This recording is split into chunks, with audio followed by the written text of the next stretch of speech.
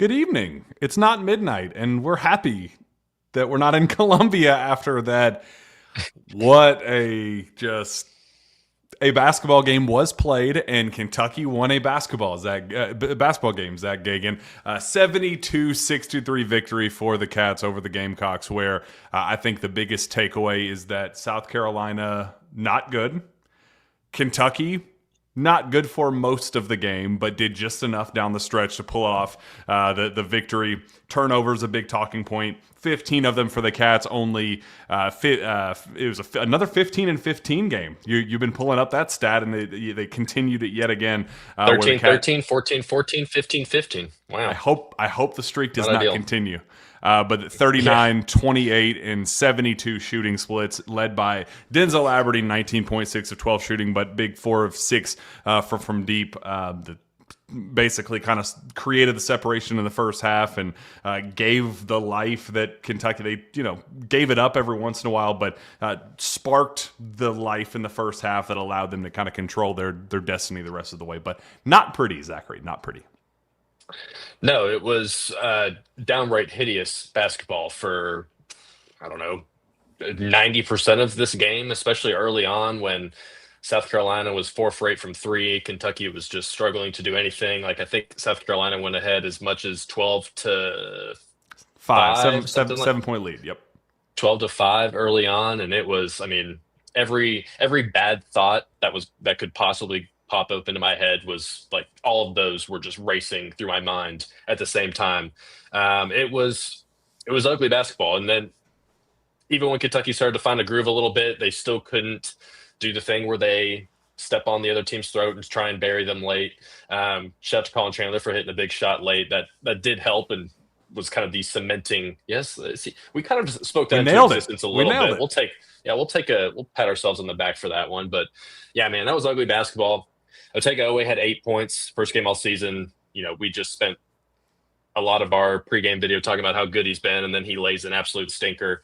It just felt like he really wasn't even into this game, like, at all on either side of the floor. Like, taking way too many contested mid-range jumpers, trying to go for steals that he didn't need to. Like, just a very weird game from Otega. He did not play well at all, it felt like. But yeah, shout out to Denzel Aberdeen. He had those 3 threes in the first half that really kickstarter, or at least like gave Kentucky a little bit of a cushion that they were able to maintain pretty much the rest of the game. Yeah, man, we'll talk about it more, but there was some good moments from Yelovich in the first half, Diabate in the second half. That was one of our talking points coming into this one, is the front court had to step up a little bit. Those two guys played well. Malachi had 8 and 11. I think that's what he had. Yeah, 8 and 11. So you got some production from them. You just didn't really expect that Otega Oweh was going to be the one guy that didn't do anything, but this was one of those you just had to win it. It doesn't really matter what the score was or how it happened. You just had to win it. You kind of avoid complete disaster by winning it, and pretty much lock up your spot in the NCAA tournament as well by winning it. I know that's not the spot we want to be in with 3 games left in the season, talking about the bubble, but it was a win, and we'll take it right now.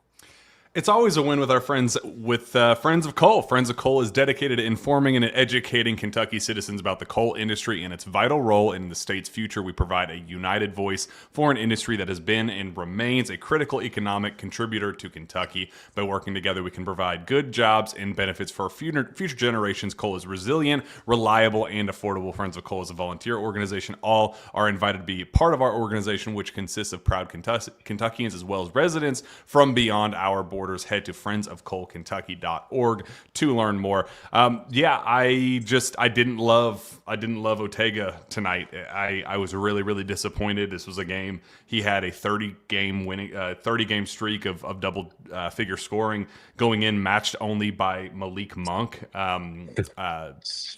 Had the all-time, I guess, dating back to 97, Antonio Reeves had the 20-point in the SEC record with 19. He could have broken that tonight. He tied it last time out, was not able to do that. Didn't even hit the double-figure mark. But yeah, I thought he was lethargic. A lot. He was lackadaisical. Just really did not love. I think the counting stats, he had 5 steals, but really didn't feel like that was totally accurate in terms of his defensive More of an engagement. indictment on South Carolina than OS's defense. I just didn't love that. Jasper, really, really rough night. I think those two were probably the biggest weak spots Trent Noah. I just think, he rebounded hard, but he cannot be on the floor if he's not making shots for this Kentucky team. So I'd say those were the three biggest question marks, struggles, kind of concerns, frustrations tonight. But I will say the first half was all about Denzel Aberdeen. Second half kind of turned into the handed off at the goal line to the fullback mode with Mo Diabate. Ugly, polarizing, it's like the tush push. Everybody hates the tush push. It's just most agonizing, boring, just, oh my God, please take this away from our game. But it's like, damn, it sure is effective, isn't it? He sure is efficient, isn't he? That's just get the ball to Mo Diabate and he'll get fouled, probably miss one of the line, but he'll get his offensive rebound and then get the putback. Just that was a Mo Diabate game. So he helped kind of milk the clock and really turn it into the smash mouth. Kind of the second half against Indiana, same vibe. But it was the Mo Diabate show in the second half. He finished with 12 points, 4 rebounds, 1 block, 1 steal. Any other, what I guess Colin Chandler with the dagger at the very end. He started out hot, got really cold midway through, and then at the very end, right when things got, Mongolian Mike hit that 3 to cut it to 2, and we were like, "Ooh, this is happening, isn't it? This is really going to happen." And then he goes in and hits that absolute dagger once again. Captain Clutch does it again. Yeah, Diabate was kind of fun to watch in the second half, and maybe not in a this is exciting way, more of oh my gosh, this is like a car crash type way. You can't look, you have to keep watching it. He had the fast break coast to coast where he just took it by himself, and I think it was an and one finish too on that one too. Yep. That was awesome. That was I think he scored the next time down too, so he had a mini 5-0 run there. He was grabbing his own misses multiple times. It was kind of fun to watch, even though you kind of knew what was going to happen every time he touched the ball, because he just gets tunnel vision and tries to chuck things up. And against that South Carolina team and their front line, that's not a terrible way to try and win a game. So he was fun to watch, and he played with a lot of effort. I'll give him that. He was trying hard. He wanted to win that game. So I give him credit for that. Yelovich had his moments in the first half. I think maybe all his points, he had 11 points. Let me see. Yeah, only 6 of them came in the first half. So he had 5 in the second half as well. But it was super early, and then he didn't. Might have been a 5-0 run by himself. Didn't sniff the floor again the rest of the way, because of Mo, but. Yeah. Where did he go? Yeah. So it was that was at least nice to have some front court balance from those two. Denzel Aberdeen was hot in the first.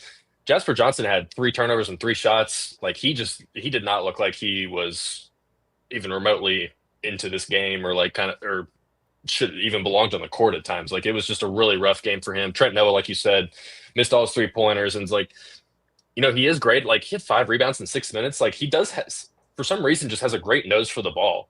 But he can't just be out there to rebound. They got plenty of guys that can go out there and rebound. Kentucky won the rebounding battle by 20 in this game. So it's not like Trent Noah's 5 rebounds are really doing much. He has to come in here and hit some threes. So still has not made a field goal the entire month of February. That's just tough to see from a guy who plays every single game right now.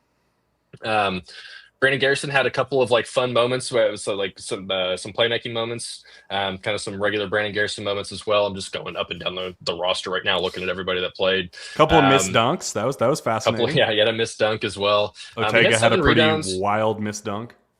Yeah, Ortega's the game from him was just strange, man. He just looked like he was just lethargic, a step too slow. I don't know what the deal is. Maybe he caught Denzel's sickness or whatever, but he was just not into this game at all. And man, South Carolina, dude, they are stinky, man. They are not a very good basketball team. I mean, how they win 3 SEC games, dude? I don't know how they beat Mississippi State. I almost want to go back and watch that game. It was just Josh Hubbard chucking up 30-footers and missing every single time. I don't know how they could have even pulled that one off, because they just looked they looked really bad.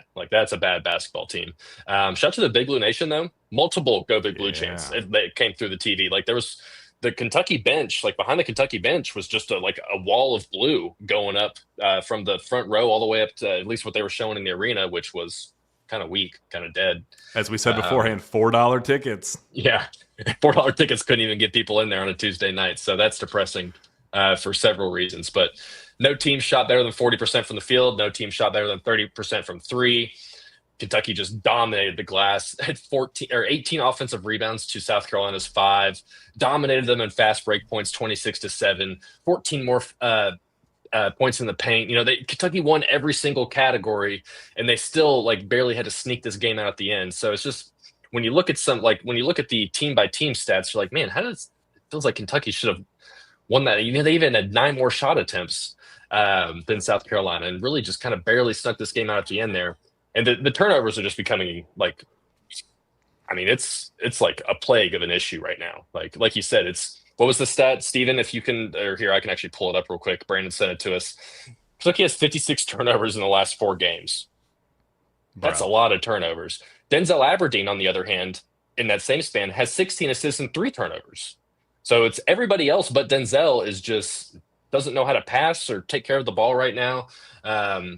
And he still makes some but he had zero turnovers tonight, 5 assists, 19 points, 4 boards, really kind of complete overall game from him. So I was impressed to see what Denzel did. But man, that South Carolina, Kentucky should have won this game by 20 plus. They really should have. So that's kind of disappointing to see, but man, it was impressive how bad South Carolina is. Yeah, Michi Johnson, fine. He hit some tough shots, but mostly inefficient, whatever. Mongolian Mike, good player. He's a good player. I was impressed. 12 points, some big shots, yeah. 4 of 6 shooting, 3 of 4 from 3. But outside of that, anybody? EJ Walker? Well, he was EJ Walker hit a corner 3, man. Good for him. Good for the Kentucky And I also native, thought he absolutely destroyed his knee on that one drive. I thought he was like, well, go figure. His homecoming game. I didn't see that. Yeah, he went down. And I remember that. Yeah, he went down and thought he absolutely cooked his knee. He was holding it. I was like, yeah, go figure against his hometown team. Eli Ellis looks like if I was out there playing basketball. Did he see? He's bad. The only reason he scored is because Ortega kept fouling him in the backcourt. Which that's sus, man. Lots of susness from Ortega tonight. But I think the specifics of this game, it was what it was. You just had to survive. That Kentucky did, in fact, survive.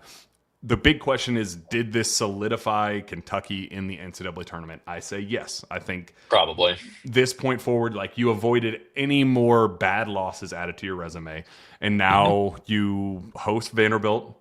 You go to College Station against a slipping Texas A&M team, but is still going to be a quad 1. That's a sneaky good opportunity for Kentucky to, potentially kind of make a statement in that one. And then we know what Florida is. They're one of the hottest teams in college basketball. So more bad losses added to the resume, but a chance to really add some quad 1s there at the very end. Yeah, I'd say they're probably in the 95+% chance of making the tournament right now. A lot of it might just come down to what happens to the other teams, the other bubble teams, or the teams that are on the bubble. At least Kentucky's really not there right now. But you win one of these final 3 games, you're definitely in, locked up and in. Like I said, that Texas A&M game would be a really fun one to win, just going into College Station and kind of taking them down. That would be nice. And they're going to need some more momentum going into postseason play than just this. So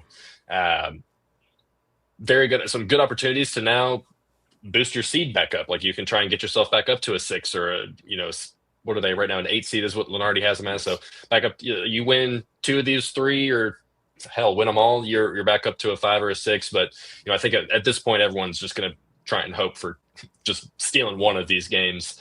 If tonight's performance was any indication of how the rest of the season's going to go, because it was just ugly, man. The first 20 minutes of that game were some of the worst basketball, probably the worst stretch of basketball we've seen from Kentucky and whatever team they're playing all season long. I mean, it was 28-21. And I think Kentucky kind of went on a run there at the end of the first half as well, if I remember correctly, to even give themselves that lead. So really, really ugly basketball. There were a lot of comments about this being a Wednesday afternoon game in Nashville. It definitely had the vibe of, we're just there. The people that are there really, really want to be there. The Kentucky fans that were there, they really, really wanted to be there. It's ho-hum effort there for South Carolina fans, but it felt like a Wednesday afternoon to start the SEC tournament. And I didn't like that feeling. I don't want to feel that feeling again. So, Cats, can we just go on a little heater here to wrap up the season, please. Let's just lock up a single bye. Probably double buys out of the question at this point, but just lock up the single. Let's avoid that Wednesday, the lethargic, sleepy, gross. I hated the feeling of tonight and all of the similarities with the Wednesday. So just start on Thursday, and let's make it to the weekend. Let's turn this into a nice little run to wrap up the regular season and go into the postseason. I think we're all in agreement here, right? Yeah, and they're 9-6 in the SEC, and there is, I mean, I don't know the statistical odds of them getting a double bye. I'm sure it's very improbable at this point still. I don't know if that's what you're looking up or not. That's what I'm looking up right now. So there is a world where they can get that single bye. Like, it's still pretty highly on the table, I'd say. I don't know, what are you seeing right now? They are sixth right now, so they are in control their own destiny territory for a single bye. Especially if they beat Vandy on Saturday, because the Vandy's sitting right behind them right now. Yeah, so you avoided the loss here, which was that was obviously step number one. Now, like you said, the destiny is in their hands. They can get themselves in position to have a favorable spot going into the SEC tournament. But just what we've seen over the last 4 games now it's a little uninspiring, to be kind about it. So, I don't really know what else to say about this team at this stage right now. It is this was just a tough performance. I am happy they won, obviously, because man, they really needed it. And a loss would have just been I don't even know what we'd be talking about right now if they somehow managed to lose this game. So there's still everything that they are, in terms of relative to how the season has gone, they can still get themselves in good position to have a favorable matchup in the SEC tournament, and then get themselves back to a 6 or maybe even a 5 seed in the NCAA tournament, somewhere in that line. I mean, now you got a massive game on Saturday with Vanderbilt coming here.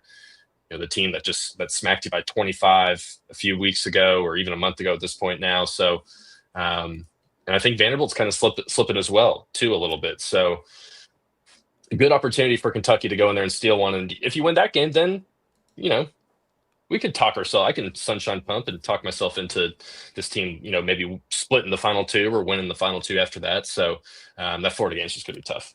So not a double bye is not impossible. Looking at it's basically Florida and then everyone else. Arkansas and Tennessee are both 2 games ahead of Kentucky. You need one of them to lose 2 of their last 4, including what Tennessee's playing right now against Missouri.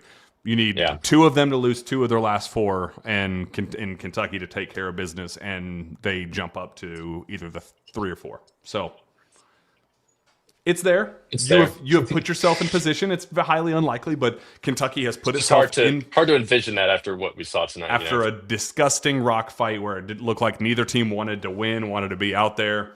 Kentucky did fortunately win, but to its credit, they put themselves in position and are now, they can kind of control their destiny to at least a single bye. But if the ball bounces the right way and get a little luck on their side, they can, potentially play to a Friday start. So